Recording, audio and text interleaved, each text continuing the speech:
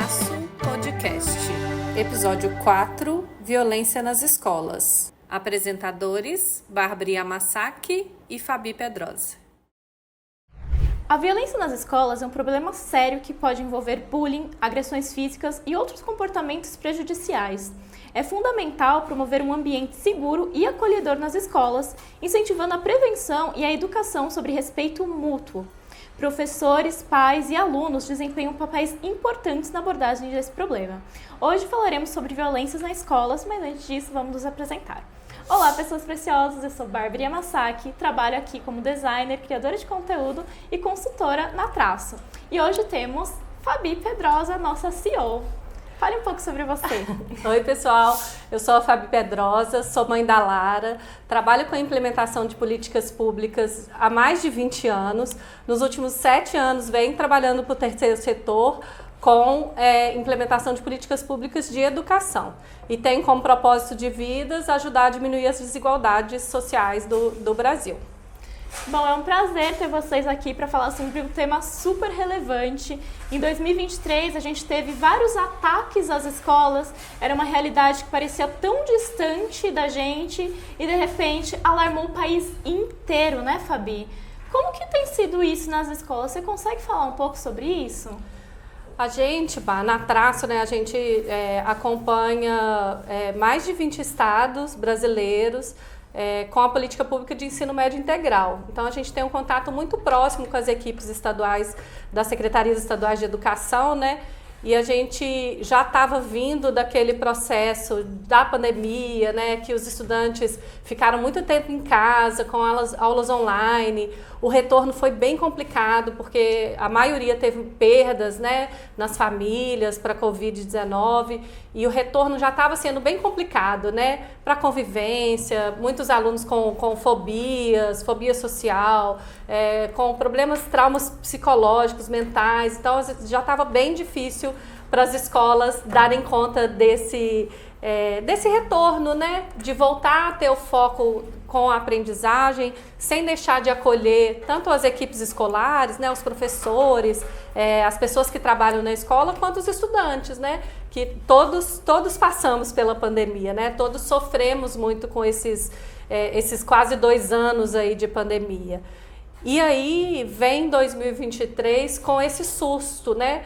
Eu acho que eu percebi assim que as redes já estavam entendendo que a pandemia trouxe esses problemas, né? As redes já estavam tendo essas conversas sobre saúde mental e tudo. A gente teve algumas, né, com parceria com a SaferNet, falando um pouco com os jovens, mas eu acho que foi um susto grande para as redes e a gente viu todo mundo meio perdido, assim, né? Sem saber como reagir.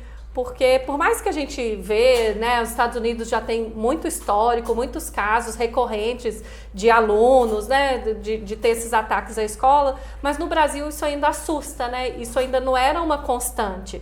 A gente tinha alguns isolados, mas essa sequência que veio em 2023 foi bem aterrorizante, assim. E aí, para as pessoas que estão na gestão pública, que tem que implementar, que tem que pensar nessa reação rápida, foi bem difícil, assim. A gente viu as redes bem complicadas e o nosso trabalho, né, através da parceria com o Instituto Natura, foi tentar trazer esses momentos de diálogos, né? A gente tem a iniciativa das rodas de conversa, que a gente reúne todas essas equipes para conversar.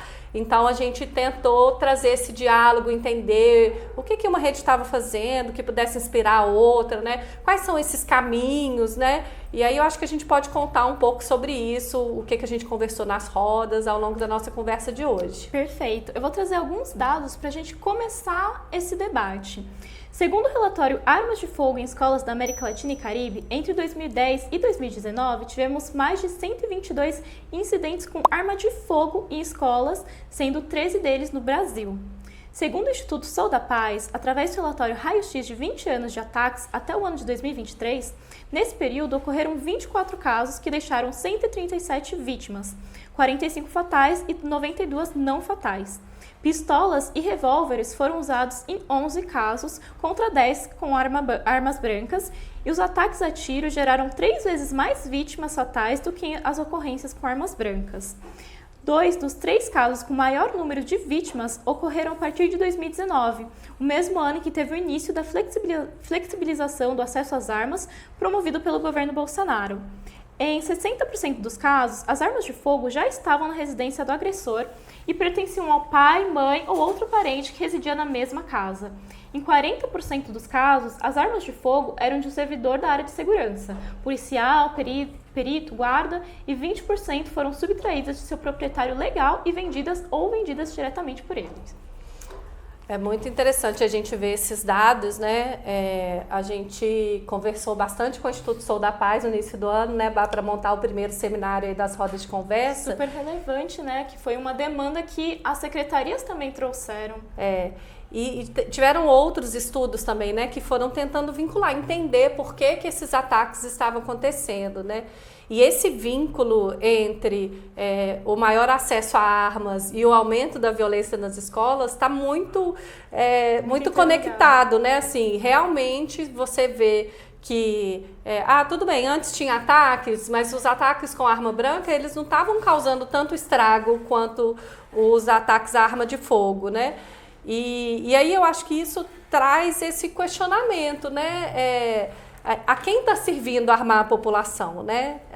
Para quem está beneficiando quem as pessoas estarem se armando, né? Porque a gente vê que a defesa de quem é a favor, né, do armamento é assim, eu preciso me proteger, né? O ladrão vai entrar na minha casa, ele está armado e eu não estou. Mas será que isso está protegendo mesmo, né? Ou será que isso não está espalhando mais violência, né? Será que a solução para a violência é a gente se armar, né? Onde que vai dar nisso? Eu armado daqui, você armado daí, e a gente se desentende, e aí eu resolvo o problema na violência, né? Será que é esse o caminho que a gente tem que seguir como sociedade para nos proteger da violência, né? Para as escolas voltarem a ser um espaço seguro, né? Então, eu acho que a gente tem que prestar muita atenção nos dados para a gente ver se essas políticas elas estão servindo mesmo para uma evolução da sociedade, para uma sociedade melhor, ou se elas são um retrocesso, né? E por esses dados a gente vê que realmente liberar o armamento da população está sendo um retrocesso. A gente está trazendo mais problemas para toda a sociedade do que solução mesmo, né? A gente viu esses ataques em vários estados do país, assim, que nunca tinham tido ataque, né? Então, realmente, a gente precisa de rever. E tem uma outra questão que a gente precisa de trabalhar melhor nessa responsabilidade social de cada um, né? Cada indivíduo tem o seu papel social, né? Você tem que ser corresponsável pelo seu filho, acompanhar o seu filho na escola, né? Tem que ser responsável de entender como é que seu filho está na escola, ele sofreu algum trauma, o comportamento do seu filho está mudando, né? Os professores, né, perceberem a alteração daquele estudante, se ele está sofrendo algum transtorno, se ele sofreu algum bullying, tá se isolando, né?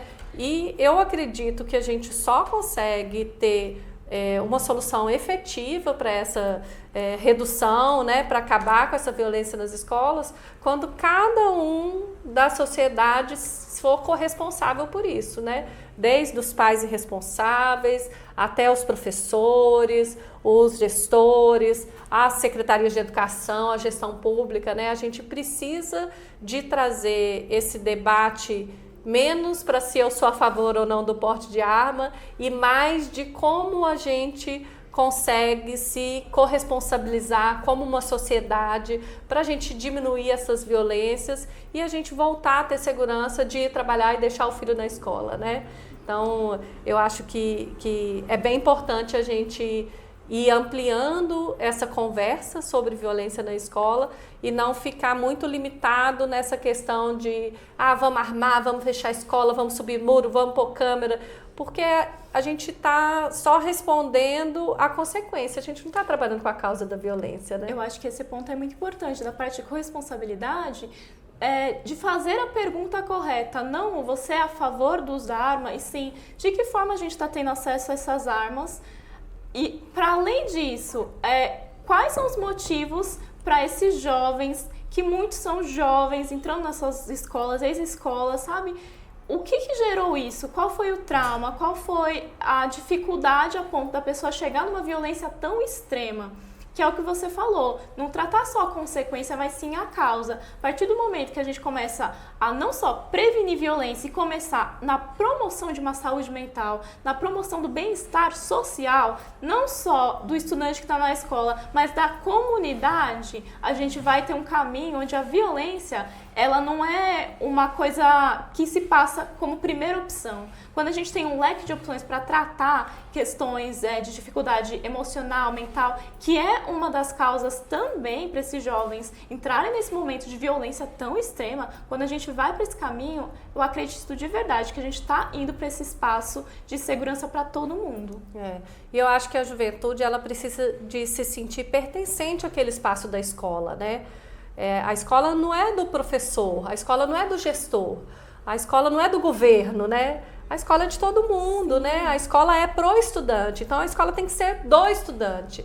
Ele tem que se sentir pertencente, ele tem que se sentir acolhido, né? Livre para exercitar a cidadania dele dentro daquele espaço com segurança, podendo errar, sem sofrer bullying, podendo, sei lá, não entender a matéria, sem sofrer pressão lá pedagógica de você não aprende, né? Podendo aprender a conviver em sociedade com os amigos. Então, acho que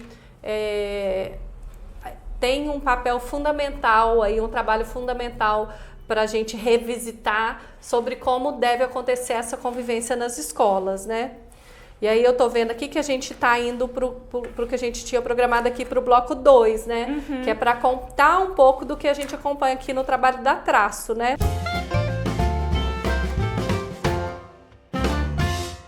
A Traço vem trabalhando com o Instituto Natura desde 2020 na implementação da política pública do ensino médio integral, que é um modelo pedagógico que já está em quase todos os estados brasileiros e que trabalha a formação do jovem de forma integral. E o que significa isso, né?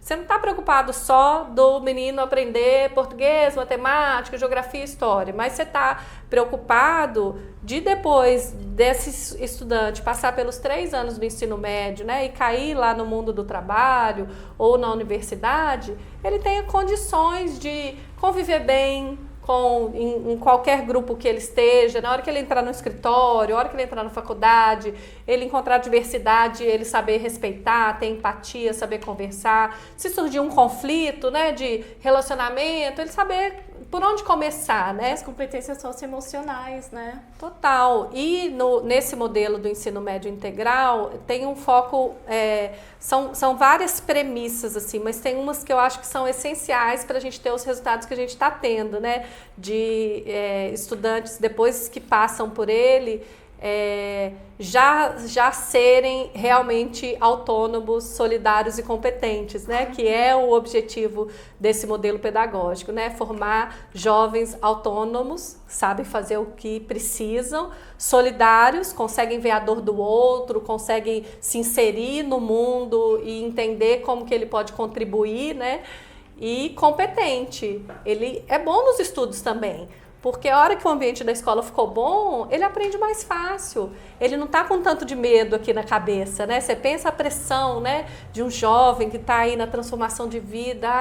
Não sou criança, tenho responsabilidade, mas também não sou adulto, né? E aí ele, em vez de estar preocupado ali, não, vou focar aqui, eu quero ser empreendedora, eu quero abrir uma empresa, eu quero ser fotógrafo, eu quero ser algo... E ele não ter esse tempo para se dedicar ao sonho dele, à realização dele, porque ele está preocupado de, ai meu Deus, estão falando de mim, ai se eu perguntar essa dúvida, vão me chamar de burro, ai se eu for diferente, eu vou ser excluído, né? Isso é uma pressão muito grande e eu imagino que é o que vem indo para esses resultados tão drásticos assim, né? E lá nesse modelo do integral, uma das premissas do modelo é trabalhar os 4 pilares da educação, que é o aprender a ser, que trabalha o autoconhecimento. Então o jovem ele reconhece as suas próprias habilidades, né? E consegue entender com o que ele tem afinidade, né? Do que eu gosto, o que eu sou, como eu me comporto, né, socialmente. Eu sou tímido? Não, eu gosto de falar, eu gosto de me expressar, né? O aprender a aprender, que é organizar o tempo do seu dia, da sua semana, para se dedicar aos estudos. Eu tenho uma prova semana que vem. Não, então hoje eu tenho que me organizar aqui para eu... eu tenho muita dificuldade em matemática. Não, então peraí, eu tenho que pedir a ajuda de alguém, porque sozinho eu não consigo, né? É o aprender ao aprender. O aprender a fazer, que ele vai desenvolver através das práticas experimentais em laboratório ou de eletivas, que ele tem contato com profissionais da área, né? Que ele aprofunda mais no projeto de vida dele, para onde ele quer ir. E o aprender a conviver, que é realmente esse desenvolvimento da cidadania, né?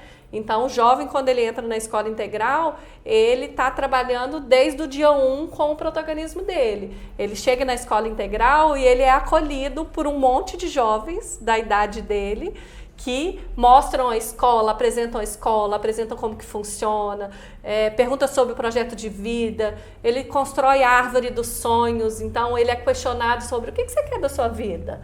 Onde você quer chegar, né? E aí, a partir dessa escolha e a partir desse trabalho de autoconhecimento, de convivência, ele vai entendendo como que ele está inserido no mundo, ele vai convivendo e ele vai realmente treinando aí essa cidadania, né? Que é o que ele é a vida lá fora da escola, né? É o que vai acontecer. E aí a gente tem tanto o Instituto Natura quanto o Instituto Sonho Grande feito diversas pesquisas com esses jovens que passam pelo ensino médio integral para ver qual que é o impacto que está tendo na vida deles, né, no futuro, e a gente já tem muitos resultados positivos, assim, de aumento de aprendizagem, aumento de acesso à universidade, e um dos últimos estudos que foram publicados é a redução da violência. Então, olha como que faz sentido, né? Quando você dá espaço para esse jovem ocupar e aprender na escola, como que faz sentido. A gente teve no estudo de redução de violências, redução de 40% dos crimes de homicídios no município onde a escola integral foi implementada. Pensa o impacto que isso tem, 40% em 10 anos de política, teve 40% de redução de homicídio em jovens, homens, né, que é o maior índice de mortes por violência, são homens jovens entre 15 e 20 e poucos anos, então a gente vê que realmente é uma experiência exitosa e que está fazendo diferença nessa questão da violência. Sim, nas rodas de conversa que a gente toca em parceria com o Instituto Natura, mais de 20 secretarias estaduais de educação, a gente trouxe alguns dados do Instituto Sou da Paz, que é uma ONG voltada para a segurança pública com a sede em São Paulo. Então, vou trazer um pouquinho. Uma das coisas que eles falaram foi o perfil dos agressores dessas escolas, que são homens, brancos, adolescentes e jovens, alunos ou ex-alunos, na maioria dos casos que tiveram experiências negativas no espaço escolar, como bullying, conflito, sofrimento emocional. E alguns deles foram até cooptados pela subcultura do ódio de extremo, né, que incentiva o racismo, machismo e misoginia. E muitas vezes esses grupos extremistas que ficam cultuando essa violência extrema, esse extermínio, acabam encontrando esses jovens por meio de redes sociais, por exemplo, Instagram, TikTok, às vezes até pelo Discord, que é uma plataforma, né, que é de formar a comunidade por ali. Então, assim, eu acho que quando a gente vai falar sobre essas questões de violência, sobre toda essa parte de violência que essa pessoa pode sofrer a ponto de chegar e falar, não, eu preciso exterminar, é preciso que a gente entenda que, em primeiro lugar, crimes de ódio, né, discurso de ódio é crime, precisa ser denunciado.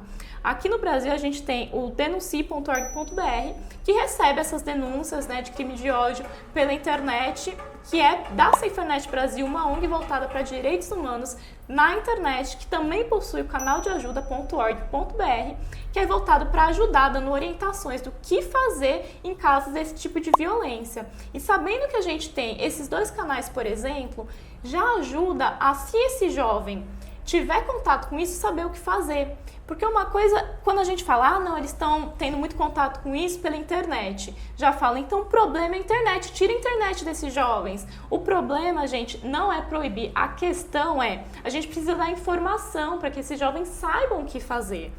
Porque quando a gente fala, não, o problema é a internet, o jovem, ele tá na internet, a vida social às vezes é lá, as amizades são por lá, o lazer é por lá. A gente não pode tirar isso do jovem, a gente tem que dar opções, dar ferramentas e dar muito conhecimento para que eles saibam navegar.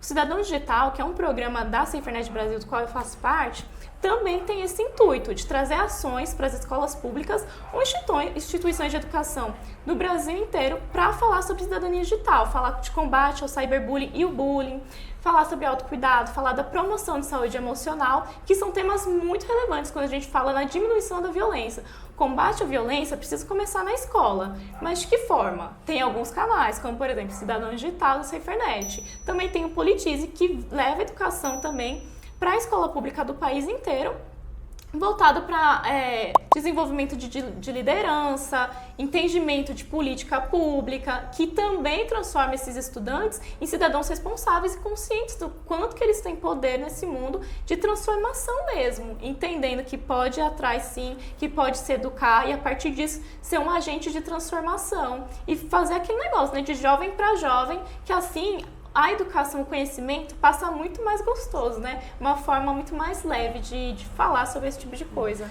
Eu falo que se tem alguns pequenos benefícios da pandemia foi a comunidade da educação, né, se digitalizar na parte de formação.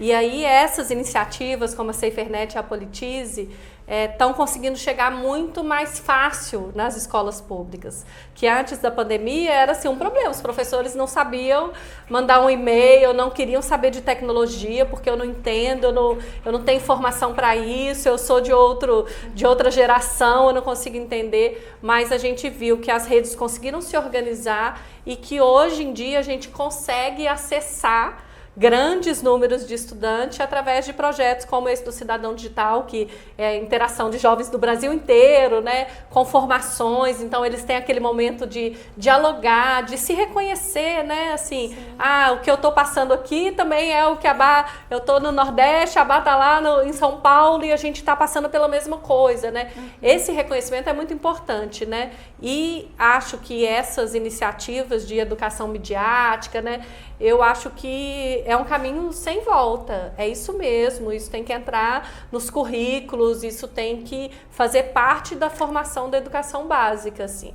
E a gente tem que correr atrás, que nós estamos atrasados, né?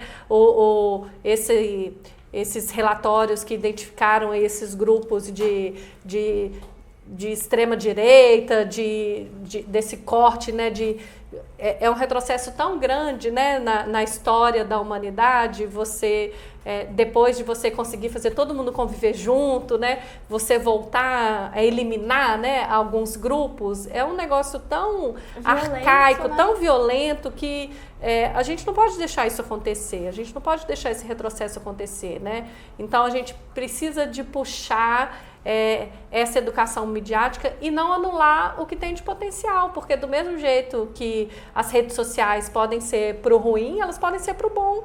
Né? A questão a liberdade existe a partir do conhecimento. A pessoa tem conhecimento e poder de escolha. Sabendo isso, sabendo como, dando um leque de opções do que a pessoa pode fazer, não existe mais certo e errado, bom ou ruim. Existe a escolha que a pessoa vai fazer, as consequências que quer enfrentar. E às vezes, né, tem aquela coisa quando a gente fala sobre tempo de tela, tem aquela coisa, não pode ficar mais do que 4 horas. Gente, que pessoa hoje em dia passa menos de 4 horas por dia na tela? Que absurdo, sabe? Para além disso, de pensar, quanto tempo tá ali? Só fica no computador. E entender que a juventude às vezes tá ali porque precisa de lazer, é o momento dela com os amigos. E é mais fácil a gente problematizar, na verdade nem problematizar, mas refletir sobre o que estamos fazendo no nosso tempo de tela, ao invés do quanto tempo a gente está passando. Porque, de repente, 20 minutinhos num grupo que tá ali extremamente machista, opressor, enfim, é muito mais prejudicial do que 4 horas jogando online com um amigo. Isso é muito, muito importante a gente deixar claro, porque não é tirar do adolescente, do jovem, o acesso à internet, é dar informação, dar acesso a essa pessoa para conhecer o que está acontecendo, o que fazer. E eu, né, sou mãe de uma adolescente de 14 anos e eu acho que a minha geração precisa entender como as redes sociais funcionam, né? Que quanto mais você coloca, assiste uma coisa, então se você assiste tá lá no TikTok, né, passando segundos. Então se aparece uma coisa ruim, sei lá, eu converso muito com a Lara, com os amigos, ela tá ali falando de suicídio. Se você assiste até o final, vai vir mais um tanto de coisa falando de suicídio. Se você assiste mais, vai vir... E aquilo vai parecendo que só existe aquilo. Então, a gente também tem que aprender como que funciona esse algoritmo e os jovens também têm que entender como que esse algoritmo funciona para a gente usar ele a nosso favor e não contra. E não achar que, nossa, só aparece desgraça no meu celular, só aparece violência no meu celular, é porque o mundo só tem violência. Não. Você que não está entendendo como que aquele algoritmo que foi criado para poder vender, para poder acelerar mesmo, né, a conexão ali do que você quer, está te oferecendo o que você está buscando e a gente ter esse controle. Não é controlar tempo de tela, né? Mas o que você está fazendo? O conteúdo mesmo. O que você está vendo ali repetidamente? Está te fazendo bem? Refletir, né? Isso realmente está te fazendo bem? Sim, exatamente. Que entra na parte de autocuidado também, né? Quando a gente entende que o algoritmo, as nossas redes vão só mostrar aquilo que a gente engaja, seja comentando, pode ser até você comentando, falando, eu não concordo com isso. A partir do momento que a gente engaja, mais coisas vão vindo. Então, entender que, será que o melhor movimento é comentar, curtir, compartilhar? Ou será que é denunciar? Será que é falar para os amigos, vamos denunciar essa página em conjunto? Porque às vezes uma denúncia só não é o suficiente para cair, mesmo que seja um post de discurso de ódio, que é uma questão que também precisa ser falado na parte de governança da internet. Quais leis, qual regulação a gente vai ter nas redes sociais para que esse tipo de coisa seja muito mais facilmente filtrado? Porque ali a gente não tá na Deep Web, a gente não tá acessando uma coisa absurda. E ainda tem muita gente achando que a internet é terra sem lei, né? E não é bem assim. Tem lei sim, gente. Você pode ser preso, tem lei, tem crime, a gente faz BO online.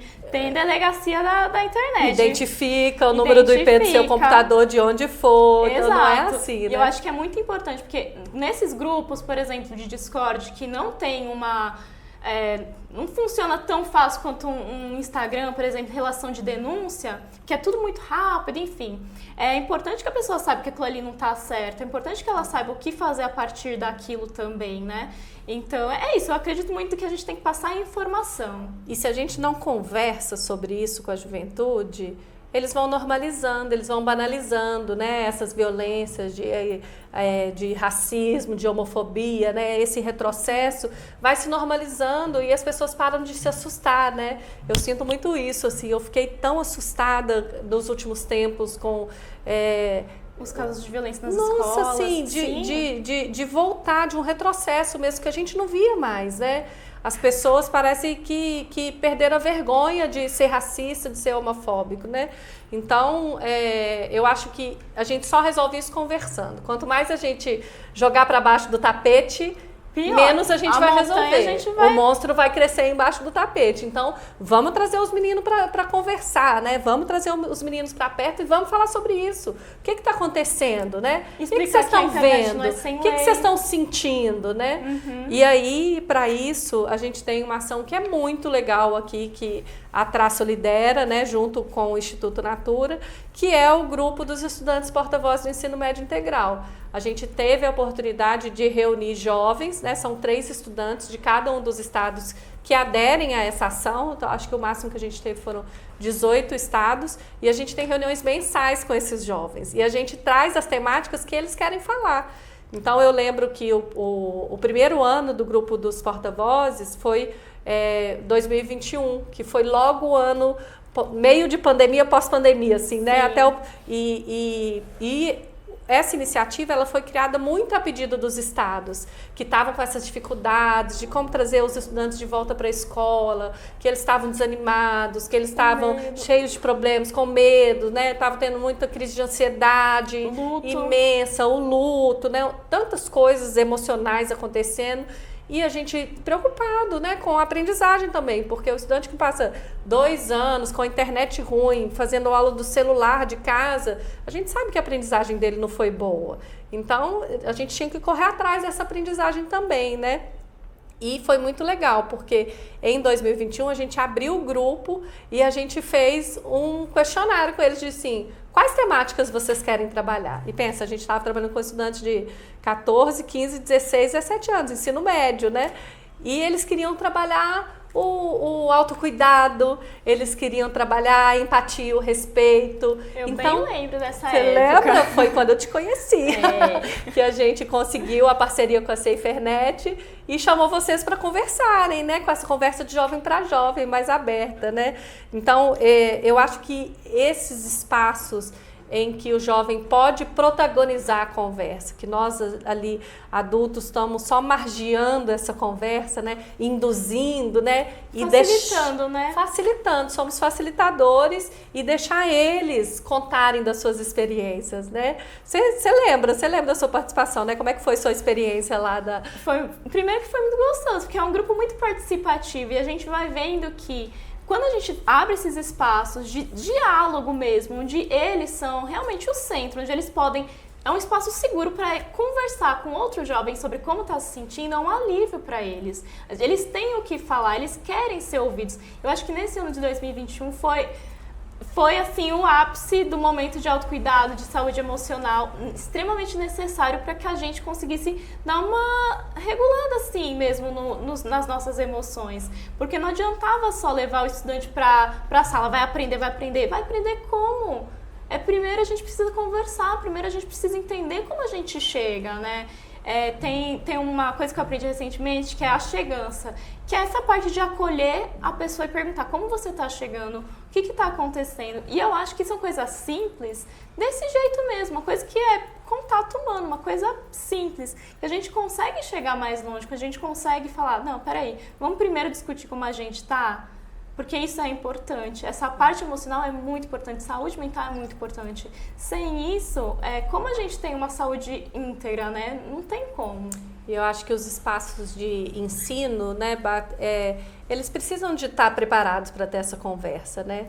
Os professores, os gestores, eles precisam de entender que, principalmente nas escolas integrais, que os estudantes passam 7, 9 horas ali, eles passam mais tempo na escola quase do que em casa, assim. Então, a gente precisa de saber acolher e direcionar essas conversas, né? Sobre as dores, sobre os traumas, sobre como lidar com isso, né? Sobre o acolhimento. A gente sabe que o ensino médio integral já trabalha, tem várias práticas exitosas nisso, mas a gente precisa de fazer isso chegar para todo mundo, né? Isso precisa de ser regulamentado para as escolas, né? Esse trabalho de que você precisa de entender os traumas para a gente não chegar em situações tão extremas quanto essa que a gente vivenciou no Brasil esse ano, né? Sim, eu acho que a gente pode até ir para o terceiro bloco, onde a gente fala um pouco mais sobre isso, então.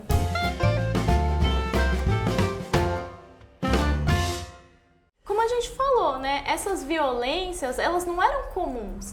E com isso, de repente, vários ataques, o Brasil inteiro em pânico, e a partir disso, várias escolas acabaram adotando coisas como cercar a escola, impedir às vezes do aluno ir de mochila, policial armado, criando esse ambiente que talvez não seja o melhor, o mais acolhedor. Se a gente está falando aqui que um dos caminhos que a gente acredita é o acolhimento, esse espaço, aquele momento de gente, o que está acontecendo? Vamos ficar junto? Talvez essa parte de armar, de cercar, de vigiar, esse mercado do medo, será que esse é o melhor caminho, Fabi? O que a gente tem visto por aí? Eu acho que acaba aumentando a sensação de insegurança, de né? Medo, porque né? Quanto mais você põe grades, detector de metal, os estudantes não podem... Gente, o que é normal, né? Mochila para a escola, levar... Não pode mais. Mas a gente aumenta essa sensação de insegurança. A gente se né? cerca e fala, o medo tá no outro. Mas os dados mostraram que muitas vezes é um aluno ou ex-aluno. Será que o problema não está dentro de como a gente está gerindo a cultura escolar? Não estou falando que é fácil, nem que a escola, nossa, consegue lidar com tudo, mas que é um espaço importante na construção, né, de pessoas mais tolerantes e de promoção de saúde mental. Com certeza, e acho que foi muito uma reação imediata, né? É lógico Sim. que os gestores públicos precisavam reagir, né? Precisavam responder ao desespero, porque os pais não queriam deixar os estudantes ir para a escola, né? Surgiram umas datas que ia ter de ataque, do dia do não sei o quê. Foi horrível. Então, tava um negócio muito aterrorizante mesmo. Eu, como mãe, acho que é a pior sensação do mundo você pensar, nossa, saía para trabalhar, deixava minha filha na escola, estava tranquila e agora não estou. Então eu entendo que os governos tenham cercado escola, aumentado o policiamento, porque essa era a reação imediata, né? Mas eu acho que agora, né, que a gente já vem com vários estudos, várias gente estudando os caminhos, a gente precisa de pensar em como reagir de forma mais assertiva a isso, né? O imediato a gente já fez, né? Sim. E agora? Mas e da agora para frente? Como que a gente vai tratar? E aí a gente entra nessa história de precisar de ter uma formação melhor, né? A gente viu iniciativas muito boas dos estados, né, em resposta a esse pânico, né? Que foi, por exemplo, ter um time, né, de psicólogo dentro da escola para atender, porque não é que quando a gente fala que a escola precisa de ser um espaço seguro e precisa de se preparar para isso, que o professor vai ser o psicólogo. Não, ele não tem formação para isso. Exato, não tem como ele não vai fazer algo terapia, ele não vai tratar, ele não vai diagnosticar aquele estudante, né? Mas ele precisa sim de aprender a acolher, de aprender a entender as diferenças comportamentais, não como assim, aquele menino é muito difícil. Ele não para quieto, ele é muito agressivo, e aí você desiste daquele menino porque ele é muito difícil, né? Não, ele está muito difícil. O que será que está acontecendo com ele? Vamos entender, né? Saber encaminhar também por ajuda, porque a escola às vezes não tem todos os recursos. Às vezes aquele estudante, por exemplo, pode estar passando por uma situação de insegurança alimentar, Sim. que é uma coisa comum no nosso Brasil.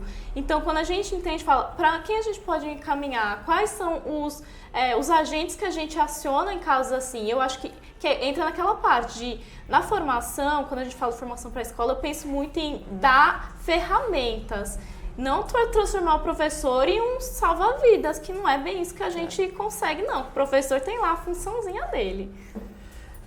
E aí, nesse sentido, a gente tem um trabalho muito legal do Vozes da Educação, a equipe da Carol Campos. A Carol, ela veio estudando, desde a pandemia, fazendo muitos estudos de como a gente respondia, né? Aula online, redução de aprendizagem.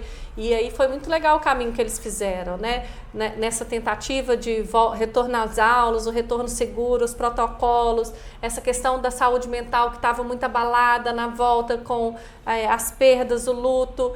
E aí elas chegaram a uma metodologia que elas traduziram, uma metodologia que já existe nos Estados Unidos, que são as escolas sensíveis ao trauma, né? As escolas que curam.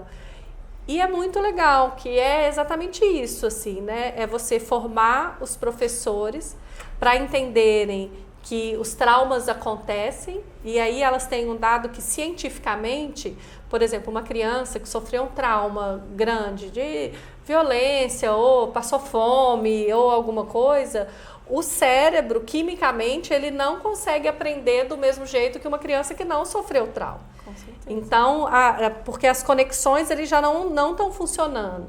E aí, normalmente, são esses estudantes que chegam na escola e que dão mais trabalho mesmo, que não tem foco, que não param quieto, que não aceitam orientação, né? que não são aqueles alunos bonzinhos. E aí a escola retraumatiza, porque vira, nossa, que menino difícil, vai para a diretoria, sai da sala, né?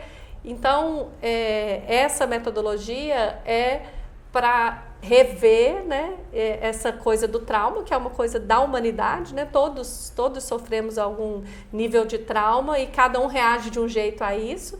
E como que os professores conseguem identificar isso e acolher esses traumas, e entender esses traumas e acolher. E aí a gente quebrar esse ciclo de violência. Existem a violência emocional, a violência física, a violência pedagógica, que esse menino não aprende, e às vezes o estilo de aprendizagem dele é diferente, né?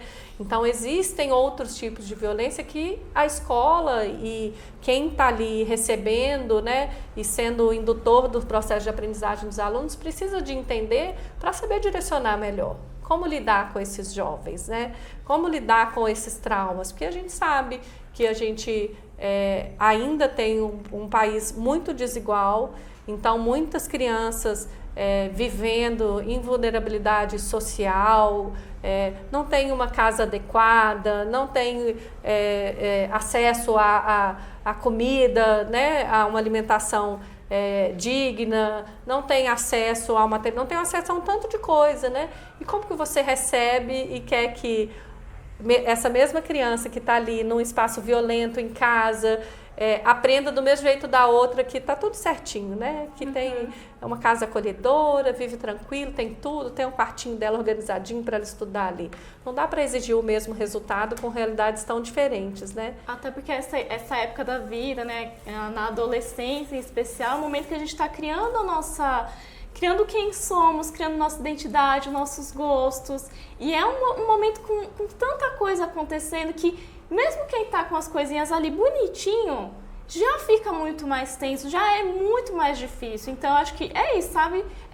Acolher, entendendo que nós somos humanos, antes de qualquer coisa. Não tem como a gente tirar as emoções e falar, não, agora eu consigo estudar. Não funciona assim. Acho que antes disso a gente tem que acolher. E eu fico muito feliz que essas conversas de saúde mental, sobre saúde emocional, sobre autocuidado, sobre violência, sobre racismo, combate, né, todo esse tipo de violência, tem sido cada vez mais frequentes nas escolas.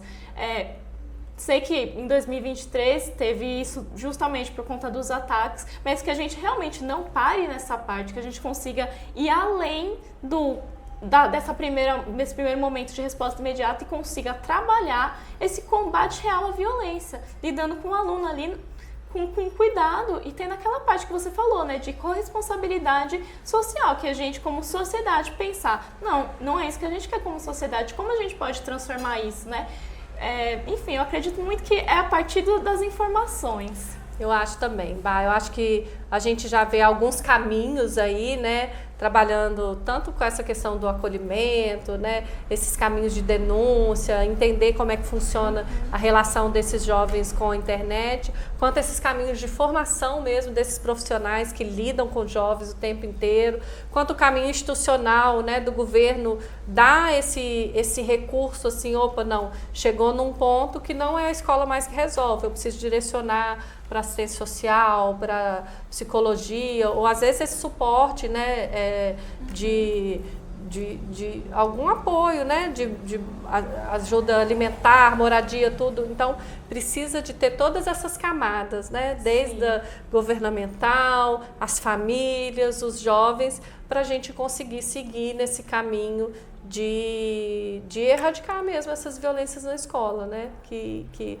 não fazem parte do nosso universo, não deveriam fazer, e a gente precisa de cuidar desse passo a passo para a gente ter as escolas seguras novamente, né? Sim, espero que aos poucos a gente tenha cada vez mais políticas públicas nacionais mesmo, que prezem pelo bem-estar completo do cidadão, para que a gente consiga se desenvolver como sociedade trazendo mais segurança, porque a partir do momento que a gente traz segurança para as pessoas, uma vida mais digna, a violência cai. A gente percebeu isso por meio dos estudos, né? Enfim, a gente tem um caminho longo? Tem, mas saber que a gente tem esse espaço para conversar, que as pessoas estão aos poucos levantando essas questões, para mim já é um pontinho de esperança e eu espero que a gente continue daqui para frente. Isso aí, vamos seguir junto aí por esse caminho.